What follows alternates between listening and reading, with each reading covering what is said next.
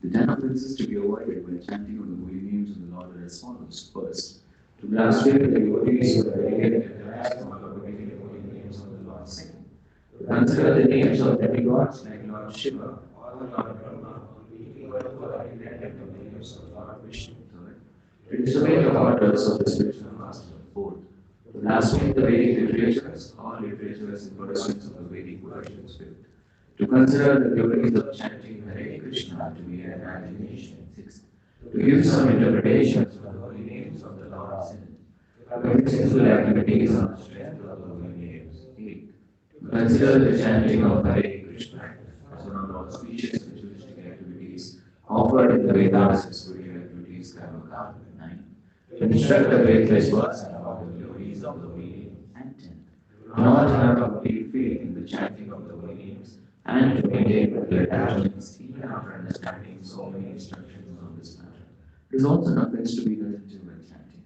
Every devotee who claims to be a Vaishnava must very carefully guard against all these offenses in order to quickly achieve the desired success. Krishna praying. Hare Krishna. Hare Krishna, dear devotees. Today is 26th of November 2020, which happens to be a Thursday, and today is the most auspicious day of for fasting for Utthana Ekadashi. Hari Bol. And today is also the first day of Bhishma Panchaka. Hari Bol. Hare Krishna. The chanting of the holy name. And one of the greatest enemies to this is our selfish and selfless absorption. You will see most of the people in the world are selfishly oriented, running from pillar to post to accumulate wealth, accumulate goods for sense gratification, and try to make the material as happier as possible. And they are ejected out of the sense gratification program. And many farmers as preachers who feel that, for example, the Muslim children are going to and taking good training, even as small kids, and Christians are distributing free Bible, making dharma to that, and a large lakhs and crores of pieces of spiritual literature are being distributed, thinking about their own sense, and the amount of Hindus increasing percentage of meat eaters. So they are very worried and concerned about it to bring about a great transformation amongst the Hindus or Sanatanists. So this can be a very selfless wanting to reach the books to the suffering, to the misled Hindus, and to bring them back to the track. If this selfless predominates our mind and heart, sort of anxiety or a fear happening to distract one from absorption. One is not careful. Because Bharat Maharaj in the forest, he was not selfish. He had already left his kingdom and children and elephants, horses and treasury, everything. He was completely detached. Even in the forest, he was self. That selfless concern that arose in his heart for the deer.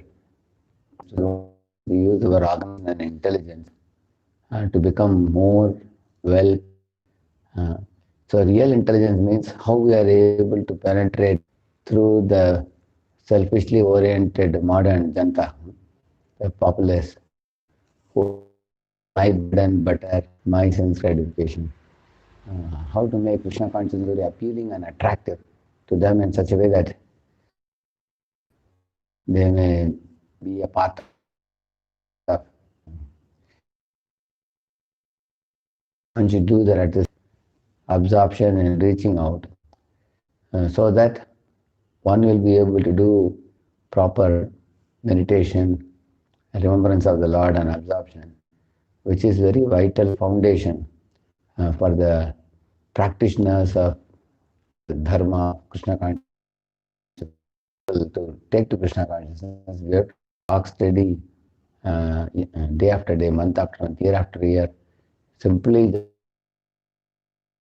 chanting the name at the lotus feet of Krishna without sticking the neck out of it. The world is not going to transform. It will go on with selfish concerns as it did in the past.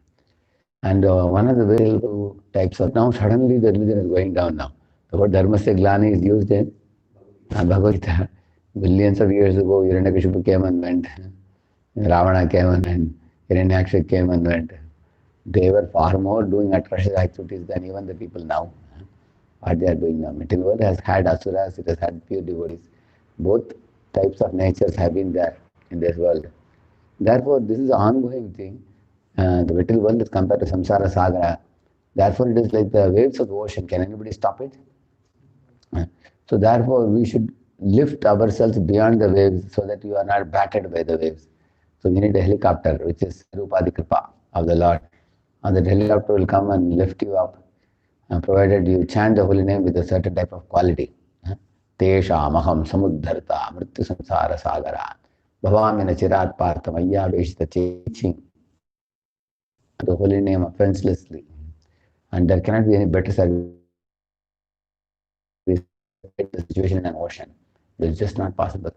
The ocean is always in a flux of changing situation, wave after wave. Waves are one problem, sharks and timigalas are another problem. Huh? And the depth of the ocean is another problem. And our incompatibility to live in water is another problem. Huh? Because we are comfortable on land, not on water. Padam padam yatti padam. Actually, we are comfortable in spiritual world, not in water. So we are in compatible situation. In the name of setting right the world, if we forget to do our attentive sadhana, then we will. Then how will we succeed in attracting the grace of the Lord? So therefore, Srila Prabhupada is an example for us. While staying in Vrindavan, he absorbed himself in such deep meditation, lifetime in preparation, and then he launched out to do something great for the world. As many people as possible and remind them of Krishna. Prabhupada said it is a society of people who have not forgotten Krishna. So we are representing Srila Prabhupada. We don't forget Krishna and we remind people today our days to strongly remind ourselves of our sambandha with this and our subordination to him and our recommitment at his lotus feet that we are his and we are meant for his pleasure alone. And by recommitting ourselves to this, he will give us the nourishment and strength to be able to do the service of reaching out the message of the Lord to many more people by such empowerment. One quick last point. When Jesus sent some missionaries to some area to preach, people are all talking different language there. And they were all too much preoccupied with materialistic culture there. So these preachers, some 8, 10 of them, and they practically cried seeing the situation of the people, how pathetic they are, so much stupid in sense gratification, and they don't know the alphabet of spiritual life.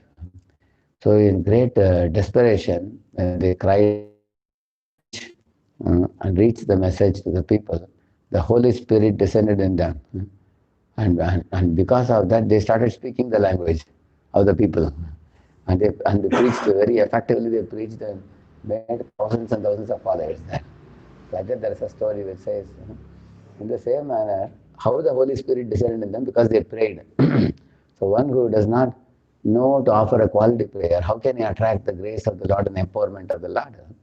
So the chanting time is a time for drawing grace, cleansing the heart, attaining empowerment, to be able to get the right type of senses and the mind and the capabilities and ability for organizing intelligently in order for us to be able to reach that message which Lord wishes to share to the world by becoming an instrument and reaching out to the world. Hmm. Therefore, the holy name Harinam Prabhu ki. Let's offer our humble obeisances and to all the Vaishnava devotees of the Lord who are conditioned souls. Vancha kalpatarubhyascha